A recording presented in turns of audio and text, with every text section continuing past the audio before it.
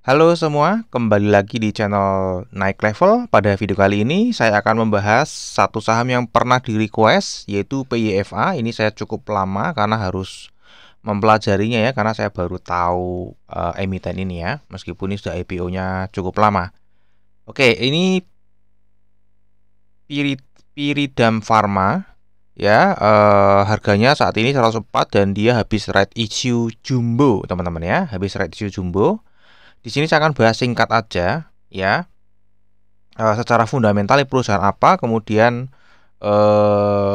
kinerjanya seperti apa secara singkat, dan struktur sahamnya seperti apa, dan apakah saham ini berpotensi naik multi bagger ya, meskipun ini price to book value-nya nggak murah ya. Oke, sekarang kita akan mulai langsung aja teman-teman ya. Ini saya buka sebentar ya, sekilas perseroan. Jadi intinya ini adalah perusahaan farmasi ya, dia memiliki lini bisnisnya, dia memproduksi obat-obat branded generik, obat generik, injeksi, contract manufacturing ya, dan ini ada medical and lab devices juga ya. Fasilitasnya ini dia ada beberapa pabrik, dan ini yang terpenting adalah tadi yang saya sebutkan adalah sebelumnya ya, ini perusahaan yang biasa saja, tapi setahun terakhir dia melakukan corporate action yang cukup besar ya, yaitu di bulan September ini dia September 2023 ada menerbitkan obligasi atau hutang sekitar 400 miliar. Belum selesai setahun dia buka lagi obligasi 400 miliar, dan nggak lama kemudian dia right issue jumbo sekitar dana yang didapat 1 triliun. Jadi kurang dari 1 tahun ini ada penambahan modal ya, baik dari hutang maupun dari right issue, itu totalnya 1,8 miliar. 1,8 triliun ya, ini 1 triliun plus 800 miliar. Ya, kemudian dia rapat umum dan mengakuisisi salah satu perusahaan di Australia, yaitu Probiotech Limited. Ya, jadi adalah salah satu corporate action yang besar, dan saya ngerti ya ada salah satu investor Indonesia yang menggunakan metode ini ya teman-teman ya, di mana perusahaannya yang sebelumnya kecil, kemudian dia melakukan corporate action sehingga menjadi besar ya. Ya, saya nggak perlu sebutkan namanya, teman-teman yang tahu saja. Ya, mestinya ini akan masuk ke watchlistnya dia mestinya ya. Saya nggak ngerti, saya nggak ngikutin juga. Tapi seharusnya kalau memang saya tahu metodenya, pastinya ini akan masuk ke watchlistnya dia ya. Oke, ini sekilas perusahaannya teman-teman ya. Kita cek secara fundamentalnya. Kalau kita cek dari laporan keuangannya kuartal 1 ya, kita lihat teman-teman ya, di kuartal 1 ini mohon maaf ya, dari bawaannya memang PDF-nya sedikit buram ya. Ya, kita cek ya, untuk asetnya, total asetnya adalah 1,9 triliun. Ya, tadi sudah disebutkan ada penambahan sekitar 1,8 triliun ya, setahun terakhir untuk jumlah asetnya ya, 800 miliar dari hutang dan 1 triliun dari right issue.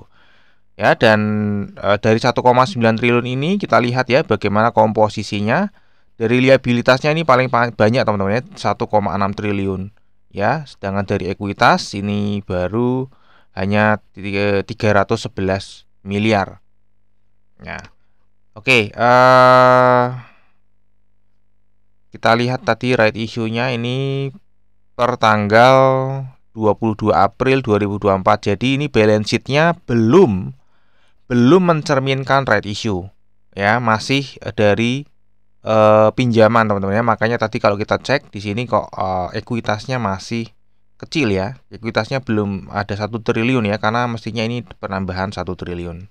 Ya, jadi kemungkinan akan ada ledakan nanti di laporan keuangan kuartal 2 di mana ekuitasnya akan naik signifikan. Ya, tambah 1 triliun, dan dari liabilitasnya itu 1,2 triliun, dari ekuitasnya 1,6 triliun, dari ekuitasnya akan menjadi 1,3 triliun kira-kira ya. Jadi sedikit balance ya, 50-50, 50% dari ekuitas, 50% dari hutang. Nah, kita cek kinerjanya teman-teman. Ini kinerjanya karena ini akuisisinya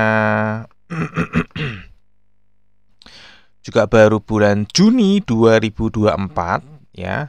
Baru bulan Juni 2024, artinya apa? Artinya belum masuk ke konsolidasi. Jadi belum masuk ke laporan keuangan ini. Makanya kenapa ini masih rugi, teman-teman ya. Kenapa masih rugi? Karena ini masih laporan di kuartal 1 di mana yang tercatat baru hutangnya. Dan kalau kita perhatikan di sini, teman-teman ya, laba brutonya di sini 59 miliar dikurangi beban-beban ini ya, dia rugi, teman-teman ya, rugi 20,4 miliar. Ya, belum lagi ditambah beban keuangan yang bengkak karena ada penambahan hutang 800 miliar. Jadi ini ruginya cukup dalam. Tapi ini belum mencerminkan tadi ya, perusahaan yang diakuisisi. Kalau sudah masuk dan ternyata profit, pastinya ini akan memicu harga sahamnya naik. Ya, kita tunggu aja ya, ini kurang beberapa hari ya, hanya kurang 6 hari lagi mestinya sudah melakukan laporan keuangan ya. Kalau kita lihat juga laporan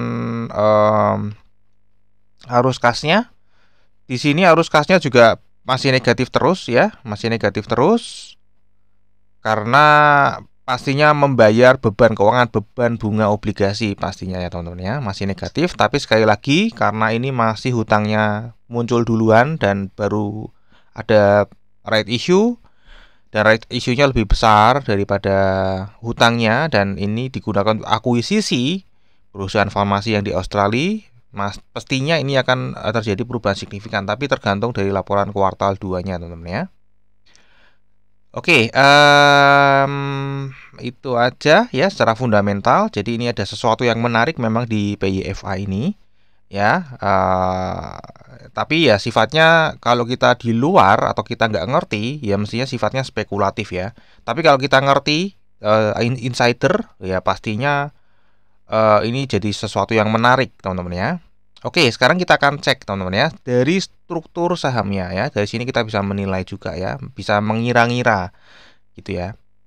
Kita lihat ya, ini sebelumnya di bulan Juni lokal ID ini 15%, lokal ada sekuritas 22% dan foreign CP ya. Jadi di sebelumnya pun lokal ID ini juga lumayan ya, dia jadi top 3 pemegang saham PYFA. Padahal kalau kita lihat jumlah pemegang sahamnya ya, jumlah pemegang sahamnya di PYFA ini nggak terlalu banyak teman-teman. Berarti ini sebenarnya uang-uang yang cukup besar. Namun saya cek di laporan tahunan hanya 3.000 ya. Saya cek di laporan tahunan itu tidak disebutkan atau tidak ditampilkan top 20 ya, top 20 holdernya ya. Jadi saya nggak bisa melihat siapa di balik investor retail lokal yang memiliki cukup besar ini ya, sekitar 15,73%. Dan kalau kita perhatikan ya, setelah penambahan hutang dan setelah right issue, ternyata lokal ID ini justru malah bertambah besar ya secara persentase, di mana yang berkurang adalah sekuritas. Ya, dan ini insurance jadi yang nomor 3 ya. Berarti ini artinya apa? Lokal ID ini menebus right issue-nya teman-teman ya, menebus right issue-nya, bahkan ada pembelian lagi di luar right issue-nya. Mungkin dari sekuritas ini berpindah ya, saya nggak ngerti apakah itu repo atau seperti apa ya. Tapi ini kalau kita lihat jelas ada investor retail lokal yang memiliki dana besar-besar dengan, tapi jumlahnya sedikit nih teman-teman ya, nggak banyak. Karena kalau kita lihat tadi penambahannya dari 2.000 3.000 menjadi 2 kali lipat ya, ada 2.000, sekitar 2.000 atau 1.200 orang ya menambah dengan dana yang cukup lumayan ya di sini. Nah, kita nggak ngerti ini siapa karena tidak bisa dicari tahu. Tapi yang jelas memang ada sesuatu di saham PYFA ini ya. Karena apa? Sekali lagi tadi saya sudah sebutkan sedang melakukan corporate action, dan corporate action itu belum tercermin di laporan keuangan terakhir di kuartal 1. Nanti akan baru kelihatan di kuartal 2 ini atau mungkin di kuartal 3. Saya juga nggak paham ya untuk konsolidasinya. Kemudian kita lihat investor retail lokal ini tidak wajar. Kenapa? Jumlahnya besar tapi jumlah kepalanya sedikit ya. Jadi ini pemain-pemain besar mestinya ya, dengan dana yang mestinya besar-besar ya. Nah, kita lihat jumlah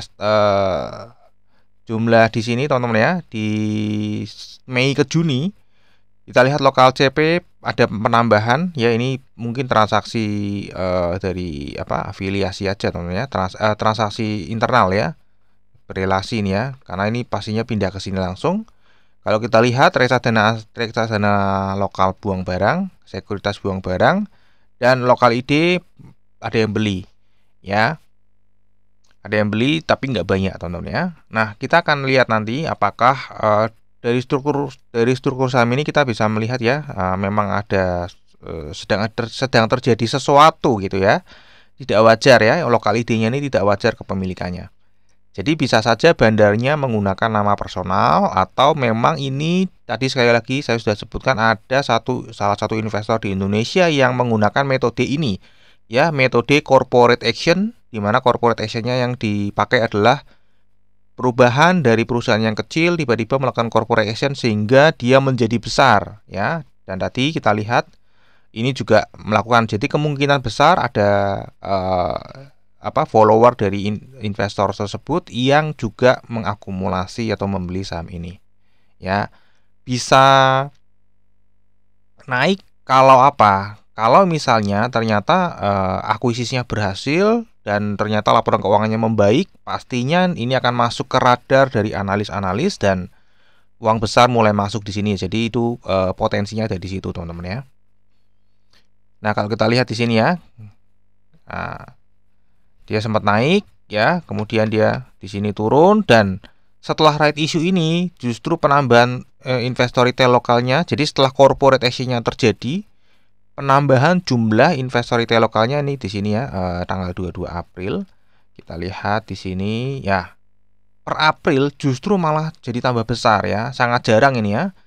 Sangat jarang terjadi investor retail lokal bertambah jumlahnya signifikan ketika ada right issue ya, dan ini juga bukan perusahaan yang populer juga ya di bursa saham Indonesia ya, apalagi price to book value-nya kalau kita lihat ini juga kalau saat ini ya ini 3,75, tapi sekali lagi ini belum termasuk right issue ya, belum termasuk right issue. Jadi apakah nanti akan bisa terjadi something ya, terbang ya, bisa saja ya. Jadi kalau teman-teman mau beli misalnya ya mungkin kalau secara saya pribadi ya, ini sifatnya spekulatif teman-teman ya, sifatnya spekulatif. Tapi kalau misalnya teman-teman nanti belinya menunggu laporan keuangan apakah bagus, kalau misalnya bagus ya mungkin ambil, belum telat sih menurut saya, belum terlambat untuk mengambil setelah laporan keuangan rilis. Tapi kalau teman-teman mau spekulasi beli saat ini ya, ini sebenarnya cukup menarik ya, sebenarnya cukup menarik. Dari sisi memang ada perubahan signifikan dari secara basically fundamentalnya berubah signifikan. Dia mengakuisisi perusahaan yang besar ya, disinergikan. Teman-teman bisa cari informasi lebih lanjut sebelum teman-teman membeli ya teman-teman ya, atau menjual saham PEFA ya. Jadi jangan hanya menggantungkan dari video saya ini saja. Oke, kalau saya pribadi saya sih kurang familiar dengan metode-metode seperti ini, tapi memang beberapa kali terbukti ya. Tapi ya orang beda-beda teman-teman ya. Kalau teman-teman lebih suka yang seperti ini, ada perubahan signifikan ya, nanti tiba-tiba laporan keuangan berubah dan naik ya, teman-teman mestinya belum ketinggalan. Karena nggak mungkin kalau misalnya dia mau naik 100% kan nggak bisa dalam satu hari, pasti dia akan melewati beberapa hari ya. Jadi seperti itu. Oke, sampai di sini dulu aja analisa yang saya bagikan ya untuk PEFA. Semoga bisa bermanfaat. Kita akan ketemu lagi di video yang berikutnya.